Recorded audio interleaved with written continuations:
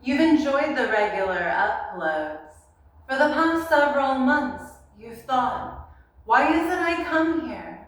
But heartless abandonment that could stretch weeks, months, maybe one day years. Well, I'll tell you why I come here. Because it's where I see the stuff that I want to see made for the budget, timing, and just general technical capabilities that I have. And it also is generally what people seem to seek of me when I'm out in public. I'm very private in public and very public and private somehow, or very exposed and very social in my private time and in my own alone time. And I've been thinking about making a video for you how somebody can be alone all the time and get completely socially satisfied on some level. I tend to be a little bit more hidden and quick when I'm out and about a lot of the time. And so if somebody says to me a question like, how long have you been growing your dreadlocks? How many times have you had dreadlocks? Whatever the question is about my appearance, what's in my grocery cart, whatever it is, I always try to behave in a great power, great responsibility kind of way. I understand the approach and the mentality. I understand the way that people view me, and so I definitely try to make sure that I show them as much humanity as possible in the brief window that I have with them, and as much ease of access to being as special as I think they are in whatever they are trying to glean from responses that they're looking for from me, because I do get asked very intimate things a lot of the time, and it's always up to your discretion if you're somebody that garners a lot of attention in certain ways, or just in general. If you get a lot of attention, it is always your right to keep your head down and 60-mile-an-hour speed walk and just move along. That is one of my favorite responses to anything when I'm out. But it also, like I say, if somebody comes to me with any kind of engagement, I really do try to leave them for the better, because I don't spend as much time around people. So it would be kind of a bummer if every single interaction that I have with people wasn't very good. So whatever people bring to me when I'm out and about, for the most part, I do try to make the absolute best of it. And again, just and again, a lot of people do come to me with a very kind attitude as well. I've been seeing a lot of that lately. I'm sure it has nothing to do with the hair, right? But yeah, a lot of people have been feeling a lot more, comfortable. I think, just being a lot more flattering and finding me more approachable and that kind of thing. And for those people, I just like to tell them well, you could have what I have, but your own version of wonderful. And if that's why you're curious, here's my answer for you. So that's my answer for how I talk to people in public, and this is going to be my answer for you for how I got my dreadlocks, how long I've had my dreadlocks, and that kind of thing. I just think it's kind of important to talk about, because I know there's somebody that I know that a sort of matriarch gave them a certain piece of advice when they were younger that meant a lot to them, and it's something that I kind of always just knew and behaved where again, it's important. You don't have to behave overly humble. You don't have to expose weakness to try to make somebody else feel strong. But I think it is important that if somebody is very flattering, especially, that you let them know that they're quite a star themselves and stuff, and that they can have every ability to do that. A lot of the time, a lot of people are comparing or competitive because they just don't see the way to do that thing. And so I'm on behalf of everybody, if there's anything that I can do that allows people to have that feeling less, where I'm just here, take it, just have it, it's yours, anybody can have it, you know what I mean? And I know that's not true about, again, everything, but it's everybody can have their own thing. And that's what I think is really important to encourage cultivating and yeah, just again, trying to be our best selves and everything. So welcome to the Holistic Moth channel, where you also don't need to mention that it looks like I haven't slept in the last year, because I haven't, especially not the last couple nights.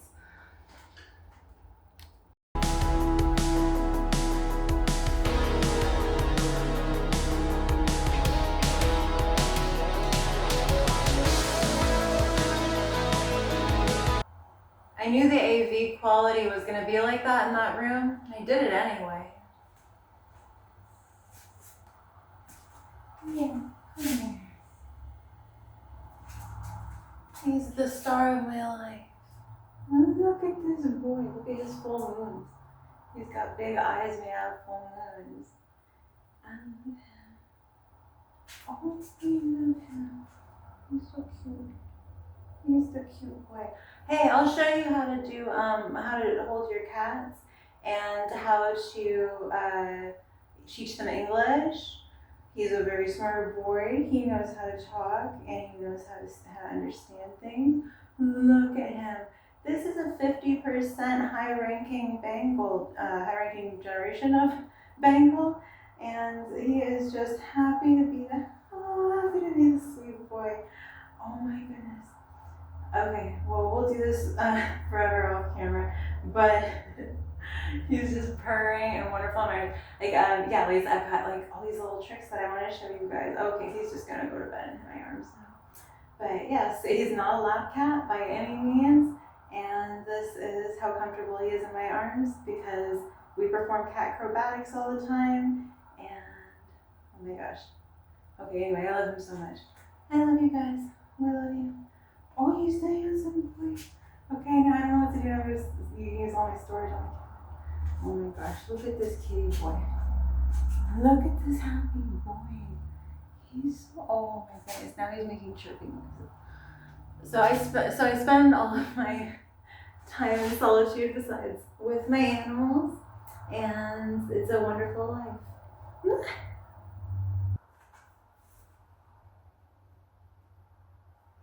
We're in a maybe even more acoustically and visually challenged setting just a moment ago for the intro. A little bit about the sectioning and how to have a lot of hopefully healthy but thin dreadlocks that are incredibly easy to maintain and malleable is however you would like to make them. So let me see how fast I can run through a couple of tips. I've been just getting a ton of comments about my hair recently, and so I want to give you a little bit of access to some of the creative brainstorming that goes into when you're DIYing your dreadlocks. And so, which I really encourage, because I just don't know how you could leave so much to someone else's hands and timing and stuff like that. It's certainly great for events or just general maintenance. If you want to free up your hands or something like that, if you really want somebody else to go do it, or corrective, whatever, to go get a professional to do your dreadlocks, I think that's, great. Like, why not always get the best for yourself that you can if you want to. But I personally love to have the creative freedom, the flexibility. I don't want anybody else tugging on my hair. I want to have control over how healthy and tight or loose any of it is. And so anyway, and obviously this is my third time having a full head of dreadlocks, so I've had a lot of errors along the way, but I think this is definitely the closest to what I think I always kind of envisioned, and also what is working just absolutely fantastic for me. It is about maybe 2 months into having these, so certainly they will continue to mature and shrink up and that kind of thing, and when they do, I'll be able to trim the ends a little bit more and keep it even a little bit more filled out. But so we'll start with that tip first then, I guess. For these ends, once these do continue to shrink and lock, I can just with the extensions create another one of these ends and attach it here. Instead of, adding whole extra pieces, whatever, I like to just fill out the ends and create several prongs at a time to keep the end looking really full. Right now I have so many dreadlocks throughout. I actually have a bunch of these that don't even have any extension pieces on them at all, because I want to keep it really lightweight, easy, manageable, quicker dry time. These have been so great for that. As you can see, and again, it will continue to lock up. It depends how long I want to leave it. With these extra loops and that kind of thing, I could always crochet that down and make these very tidy.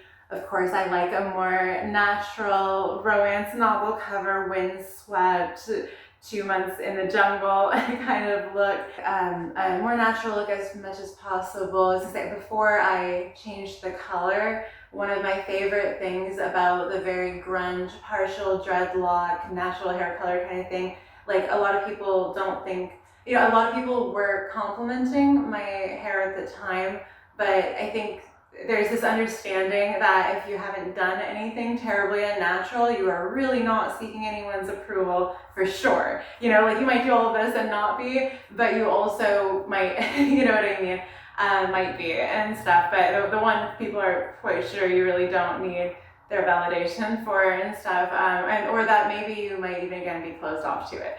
So this look is very inviting to people to, say a lot about. And also just having a full head of dreadlocks is in general, I think people want it to be as delightful as I feel like it finally feels like to me. So we are always trying to get to the short of it. But anyway, okay, so I definitely have well over 100 dreadlocks.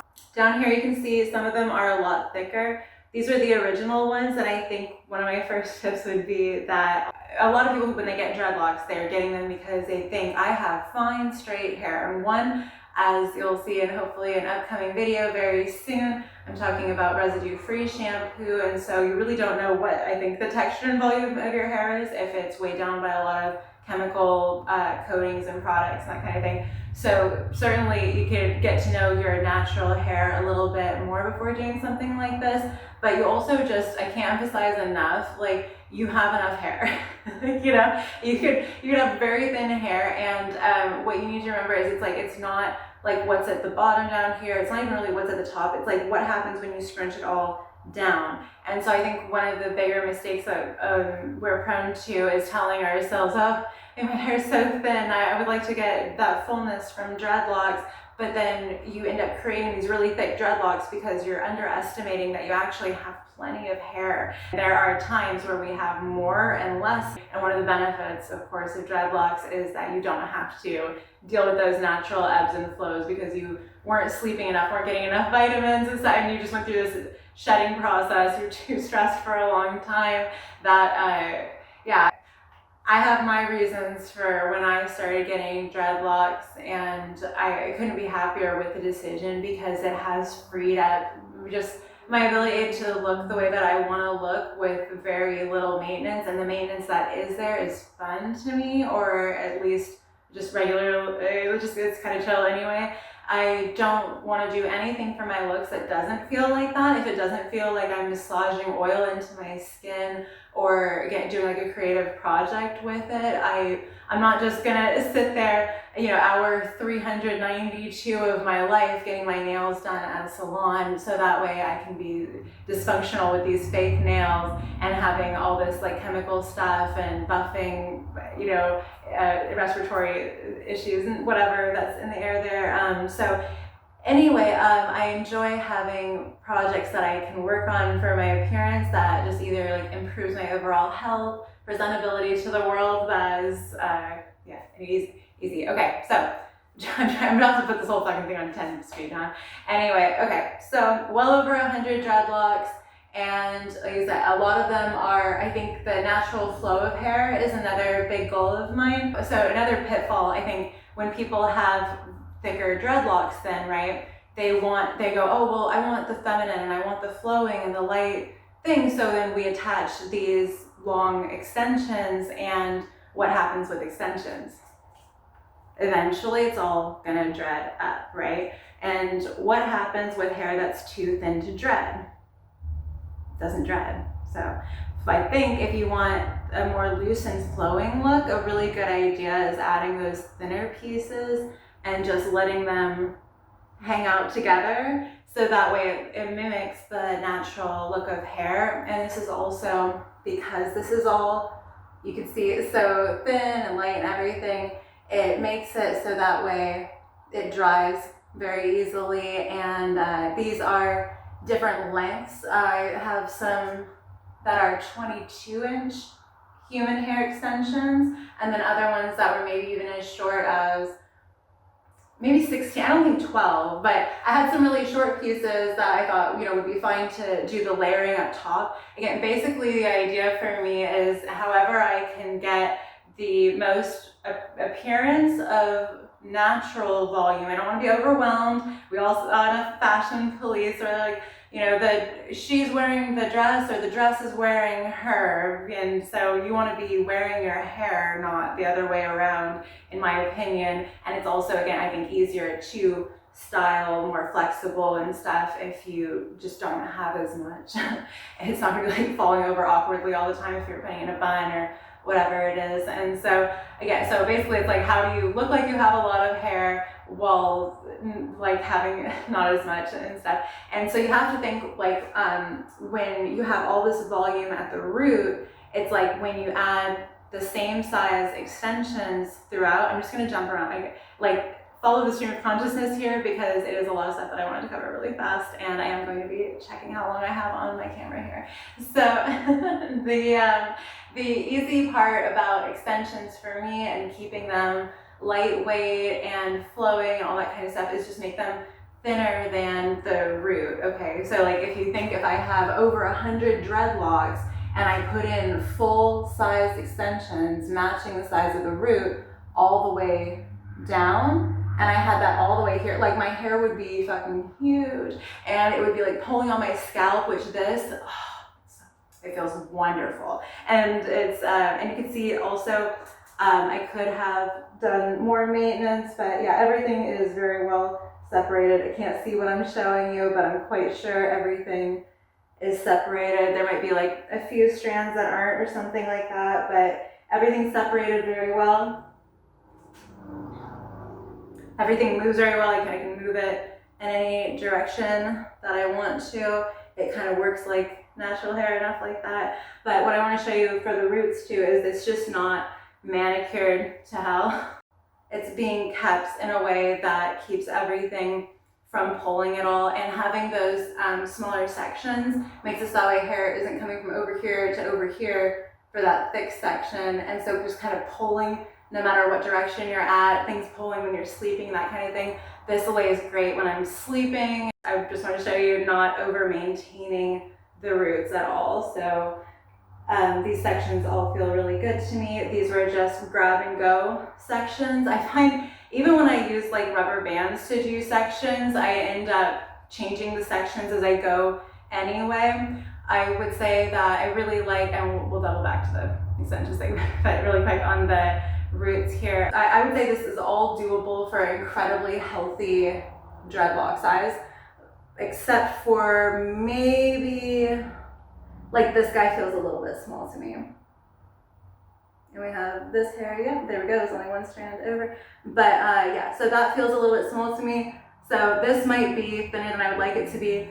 It just happened when I was doing all the pieces, I started going a little bit random, just losing my mind after doing it for so long. And so the top pieces would have been preferred to be just very slightly thicker, and that should not have been the ones that I ended on while doing my sections. I ended on kind of like this back area here, and that included some of the top ones. So I just didn't have the flexibility of sectioning that I had when I had more loose hair, and those ended up being a little bit smaller. So watch definitely how you're doing your sectioning, but I do feel like I mean, I didn't even have a mirror doing it this time for like any of this back stuff. Like I did all of this without looking. And so, and yet it lays and feels and whatever, it all feels really good to me. So whatever you're seeing right now, I've never seen, so we'll see it in editing, and you can just see that like I do feel like it all feels really good and movable, and yeah.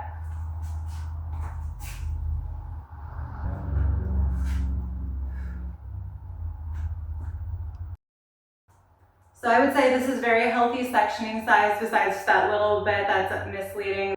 There's really only maybe 2 or 3 that I wish were a little bit thicker and that I may correct at some point. Work. In nature, light and dark always work together. In humanity, how does this apply?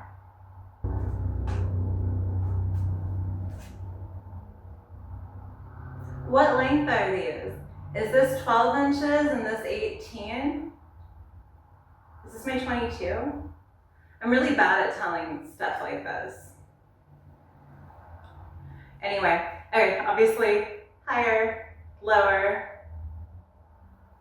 I'm just saying courting dark forces is kind of what I do on a daily and nightly basis. So I'm just trying to, figure out where all that can be applied in life and where it might be interesting or useful, and hopefully both. We'll get rid of this one because it'll be easier to do on this. Okay, so this one, we'll say this is your scalp, right? If you want to figure out, I think my personal experience is that if you want to see how thin you can make a section of hair, you should be holding on to a section that's the size that you want on your scalp and then moving it around. You're not going to be yanking on it to see if you can get it out, but you're going to kind of move it and see if it feels good. Because if there are too few strands, messing with something like this on your head, and there's just very few strands, you're going to feel, ooh, we could rip. We could lose a guy. You know what I mean? When you start doing that. Whereas, of course, if you have something thicker, you know what I mean?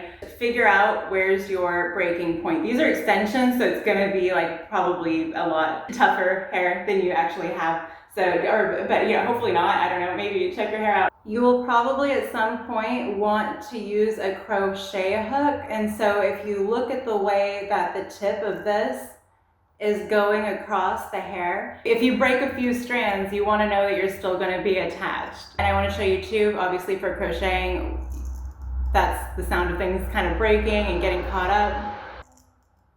Taking this directly across is going to break and tear at the hair. But if you get into a fluid motion of actually crocheting where you're just catching the loose hair, I guess I'll show you on an actual dreadlock. I was like, oh my gosh, there isn't even anything that I really want to crochet. These tighten so quickly from the bleach. See how I can just pull it in. I'm pretty haphazard about it. Everyone's like, oh, be so careful. And I'm just like, I don't know. If you did your dreadlocks even a little bit correctly, and if you've learned other kinds of repair maintenance and stuff, it's I really tried to do everything so natural and so by the book, as everybody says is the highest touted methods and stuff like that, and it all just kind of looked like shit and took forever and stuff. And then it's once you learn all these little hacks, you're oh damn, can it be cute immediately? But yeah, so you'll get the fluid motion with the hook. Don't be afraid to break a few eggs though, and like I said, it's just really important to remember when you're creating your sections, if you're not going to be comfortable moving around that much, if that feels sensitive to you when you move around that amount of hair, the way that I was telling you, that one middle piece, what the fuck? That's the worst spot that I could have had that, of course, but whatever. I'll combine the 2 smaller dreadlocks at the top that I feel are kind of thin, or I'll just rework 5 at once and even them out and stuff. Oh, I'll count my dreadlocks in a second, okay? Just thinking, one of the things that I always wonder when I'm watching other people's dreadlock videos is how many do you have? I'm always trying to figure out the sectioning.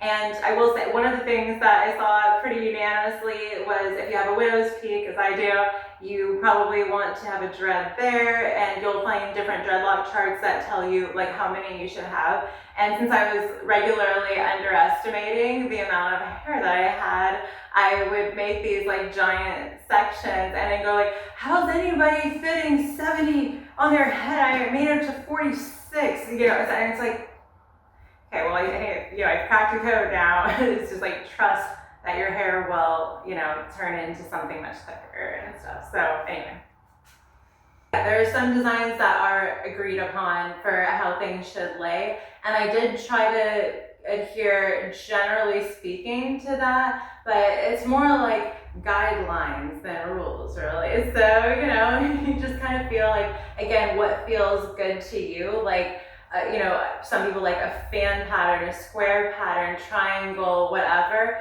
I started with certain shapes, maybe triangle, and then just started feeling what, you know, felt good to me. And I do think that everything lays in a very natural way. It doesn't, I was thinking first, like, take a shot every time, you know, that fucking joke that's overused or whatever, for every time I say natural. But then, you know, I was thinking algorithm, like, yes, it's probably good for it, but I won't stop saying it. So anyway, but yeah. But if you look though, it's like there's not this grid work thing that a lot of people get when it's heavily maintained or having been done professionally.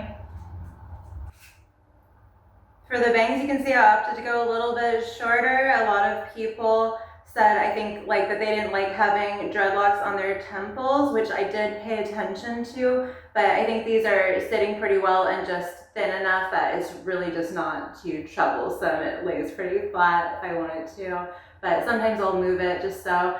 That is another thing to me. The thing about dreadlocks that makes it incredibly comfortable wearing it up is it's just kind of, it's ropes just kind of resting on itself. You don't need all this tension at the base. They just kind of wrap around themselves and then they can perch. The tension's up here in the ropes, it's not at the scalp, and that's very nice. And so as long as you're not creating a bunch of tension at the scalp, you can do a lot more styles that are more comfortable.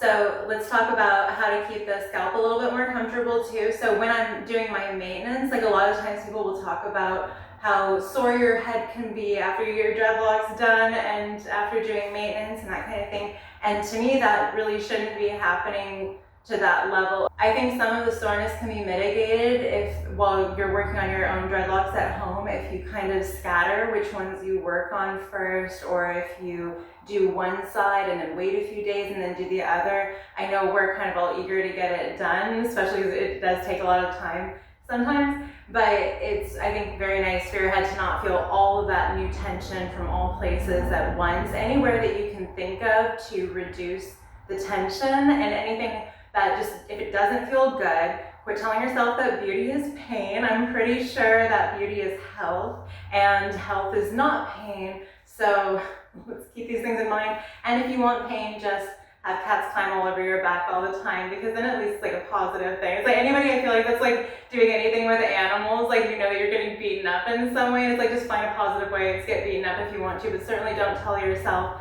that being lovely is something that should be painful by any measure. from your shoes to your hair. If anything does feel like it's pulling, especially thinking that might be corrected a bit up there, or thinking, you know, this is my first time having a full set that doesn't have the division of church and state bang and the rest of the dreadlocks where you've got the loose hair in the front. This is, I think, going to be a lot better for me to not look so drowned rat in the front and so like big in the back, and then so much oil in my bangs in the front. So this way I can just look a lot cleaner, frankly. If my hair is pulling in any way whatsoever, any very even slight pull, just a simple adjustment.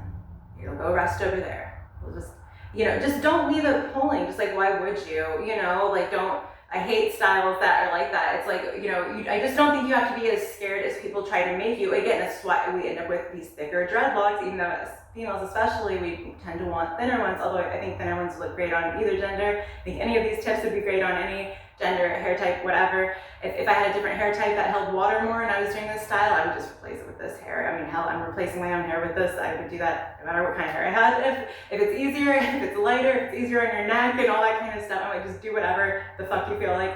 And, but so yeah, anyway, so you don't need to deal with any kind of pulling. A lot of people, we're getting thicker dreadlocks because we're so scared that they're gonna get ripped out some way, that they're not gonna, you know, be holding on and stuff. And it's like, if you don't have super heavy down to your ass, mega thick extensions, then you don't have to worry about it. If you want something like that, you probably have to go with thicker dreadlocks, sure, you know, but like, I love for cleaning my hair, just for everything. I'm loving having the thinner ones, and even just thinking about going to the beach or anything like that.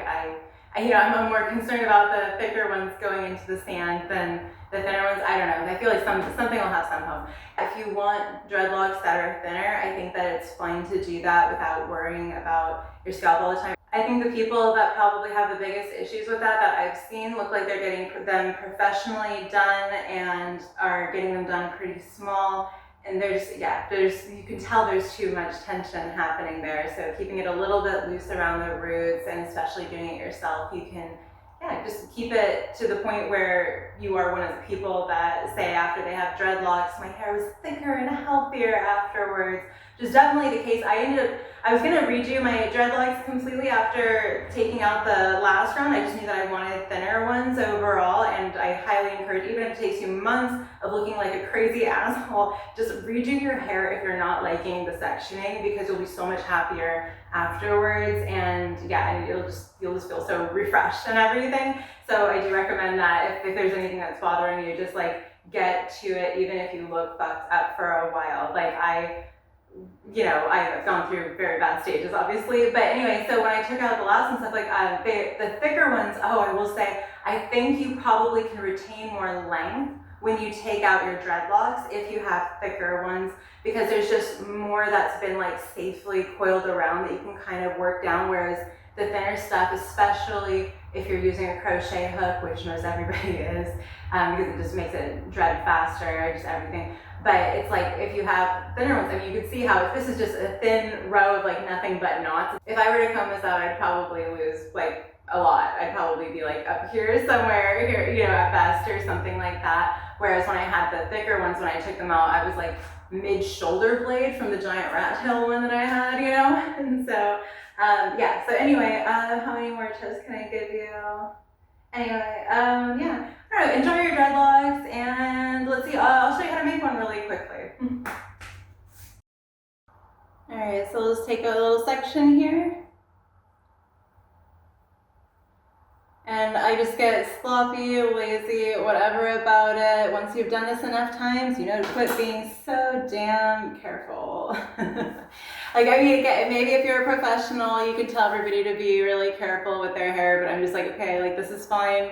And then we're gonna go through, I would be doing this better if I wasn't doing it on camera, as with all things. Demonstrating in general is like a great way to fuck up, huh? But, so anyway, okay, so you're just gonna blast through. Again, you can see I'm just like tangling, whatever. It's gonna naturally do most of what it does anyway. A lot of what you do is gonna fall out. A lot of, you know what I mean? Like, there's so much that is just gonna be done by you sleeping and rolling around on it, and the kind of shampoo that you're using. Again, I'll show you in my other video what shampoo I'm using.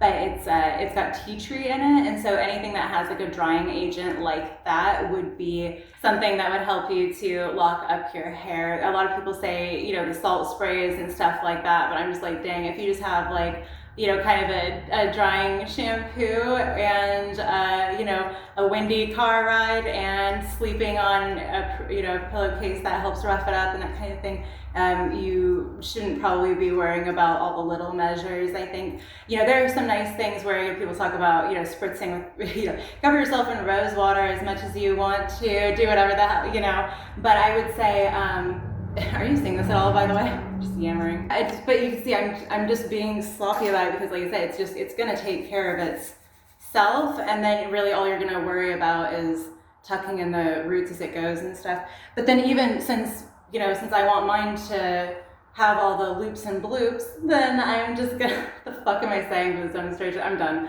We're done with this video. Okay. Anyway, just just leave as much loose as you want to, and it'll start to kind of get wavy and fun and do whatever, especially after the first wash. It'll look very stiff and stupid on the first go, but then once you wash it, it'll be nice. Okay. So then I cut it off here at the top. And you're just gonna pull out all these little pieces. Haphazard, we don't care. It's just hair. Samson, it's just hair, Okay, so pull out however much you want to, however much you don't want to. Oops, it did that, we don't care. Okay, so once everything shrinks up, like I was saying, if I wanted to, instead of just having the one noodle, I would put noodle number 2 right here.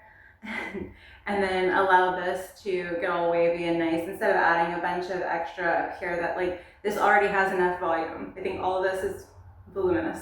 This we're always kind of wondering what the fuck to do with, I think. So like adding decorative stuff or just repeatedly adding in extensions. And so I'm in a low maintenance world, like I'm trying to figure out how to have dreadlocks with like full kind of flowing ends that are not something you have to replace all the time. And so if I can figure out how to just, and I said before that this doesn't dread, it kind of just weaves itself all together at some point. Some of it'll stay a little bit loose, but also some of it just kind of will like stick together, but in this thin way. And that's all I really care about. I just want to get the thin pieces in there that can lay in this way and stuff. And it'll be really cool to braid my hair and see the different designs that I could do. I know that I could curl this if I ever, like I'm going to, right? But like I can, like I said, braid it, which I always love to do to create those extra waves and stuff. I just think it's gonna be